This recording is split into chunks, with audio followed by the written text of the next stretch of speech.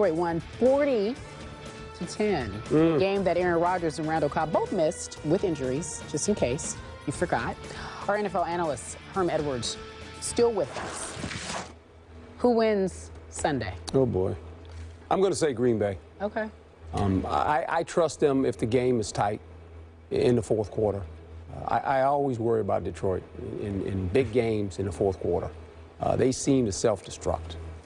That's kind of been their history. It happened again last week.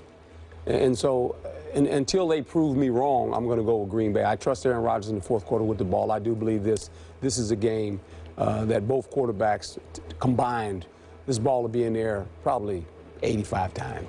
There's going to be a lot of passing in this game. And it's all about protecting the quarterback, and the secondaries are going to be pressed to cover certain guys. You got Calvin Johnson, obviously, and you got Tate, Golden Tate. How do you deal with that? And on the other side of it, you got Nelson, and don't lose sight of this, Cobb. You mentioned he didn't play in that game, neither did Aaron Rodgers. Cobb is a factor because Detroit has lost their nickelback, Bentley. They're a little bit wounded in the back end. So how do they cover Cobb? To me, Cobb's the guy. He's the guy that plays in the slot. We'll talk about Lacy some, he'll run it some, but it's not going to be a running game. I mean, and then the key is this. Can the center, your young rookie center, Lindsley, can he hold up against Sue and Fairley? Because they're coming there. But see, Aaron Rodgers is a different guy because Aaron Rodgers can leave the pocket. That's what killed the Jets. The Jets had the game basically won. Oh, they turned the ball over before the half, and then they go down there and give him life. But Aaron Rodgers figured it out. He got on the edges of that defense and was able to throw the ball. And the problem when you deal with Aaron Rodgers, he can throw it anywhere on the field when he leaves the pocket. I mean, it's not just I'm throwing to one side. He can throw it back the other side. So if he gets on the edge, if you come up the middle on Aaron Rodgers and you let him escape, look out, because that's when he's more dangerous. Now you got to look out because you're feeding his fire over there. Well, jump on that bandwagon, the Aaron Rodgers bandwagon. You know how I feel about Aaron Rodgers. I still haven't recovered from the disappointment that I felt when he refused to challenge Richard Sherman. It's going to be a long time before I get over that because I understand that you're a quarterback and you listen to your coach, and Mike McCarthy, you know, does what he does. But even though Mike McCarthy said we didn't plan on not throwing at Richard Sherman, but I find that very difficult to believe. I think you're a star quarterback. You got the ability that Aaron Rodgers do. You have the clout to go up to the coach and says, I want to go in this direction. Well, I will say this, and you make a great point. The history of football, whether it be run or pass, is built right-handed for right-handed quarterbacks. So if you really look at football and you break it down, 70% of your throws are to the right side of all offenses, because you're built that way. Okay. Right. Same way with the runs. Right. So there's a tight end over there. So when you don't do that, it's even more obvious. Yes.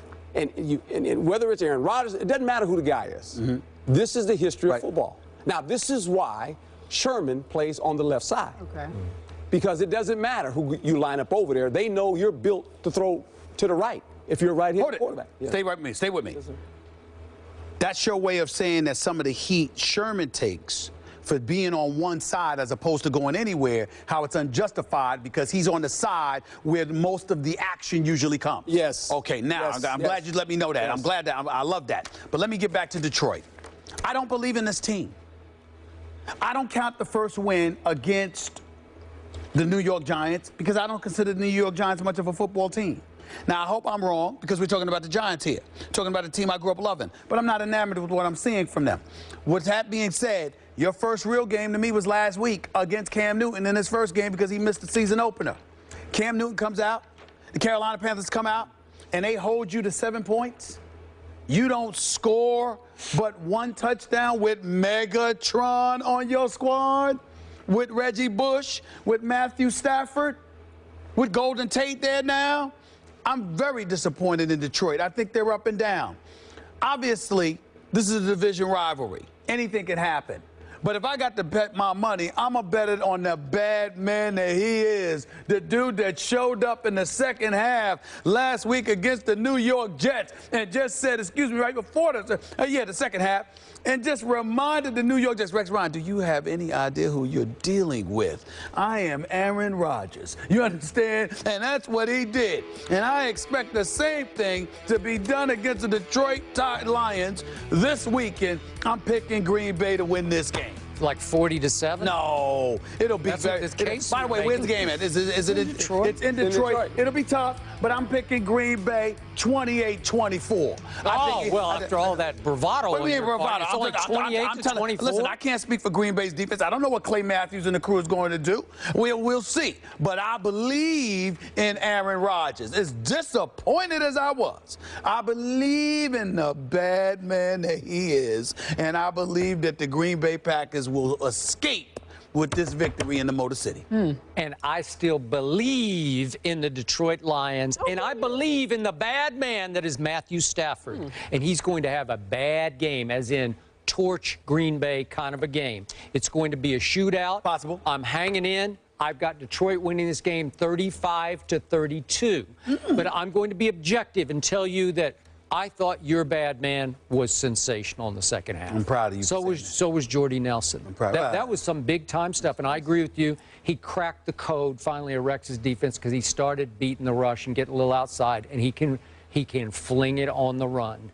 And he threw some gunshots down the field that were like breathtaking. Like, wow, that was big time. I agree.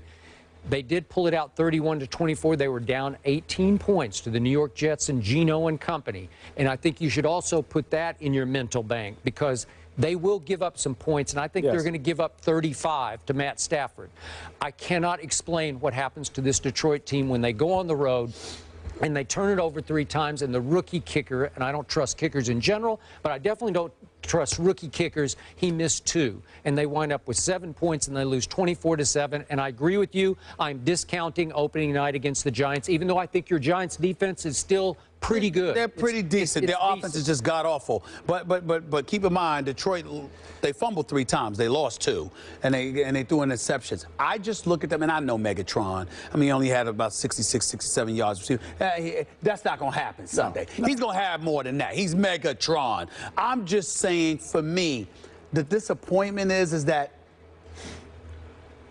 Caldwell, to me, I don't see much of a difference from the team that Schwartz had. In terms of their persona, in terms of their approach. So early. Like body it's language? only 2 games in. I get it. But I need to see more. And I guess for me, I don't even want to say it, but these guys, whether it's Lovie Smith, whether it's Jim Caldwell or whatever, this mild-mannered, sophisticated Tom Landry-style approach, where only thing missing is the hat, bothers me. It just bothers me. I think, listen, you know, everybody don't have to be Coach Hearn, all right? Get in your face. Let's go now. Everybody don't have to be that. But damn, I don't need to look at my head coach and feel like I'm looking at a professor. You know what I'm saying? It's football, and you got to get guys riled. You got to get guys riled up, and I don't see that from these guys. And I think, again, that's not cerebral. That has nothing to do with things schematically. What you're doing on offense, what you're doing on defense, how we're going to run plays, how we're going to do that. But I'm just saying, football for me, when I look at Detroit, some days, some weeks. Okay, but didn't you think that Caldwell could be the ice to Schwartz's fire? Because Schwartz was fiery, crazy fiery. I don't need him to be complete ice. I don't need him to be Lamar Odom to Kobe. Kobe was fire, Lamar Odom was ice. No, I don't need that. I don't need that kind of discrepancy. Somewhere in the middle, like they said in a Rocky Balboa movie, hit the one in the middle. That's what I'm looking for. Let's be even. You don't go to the other extreme like we in class. I need you to go out there and be gung-ho about getting after these guys. Well, yeah, I understand what you're saying. But some of this is on the players, too. Of course it's on them. And this Detroit Lion team, I mean, they've got some personalities. You got Sue on one side of it that, plays angry, which I like. I mean, at times he goes over the edge. But these guys got to figure it out. Stop beating yourself. Yeah. Just try that. Very well said, Coach. If you stop beating yourself, you're going to be a pretty good football team. All right. Packers at Lions, 1 p.m. Eastern. Coach, always enlightening to have you here. And thanks for that fantasy report. Stafford's going to light it up? Yeah. Is he your guy? Yeah, he's my guy, so I need to know. All right, coming up next. He's a bad man. Sometimes he's just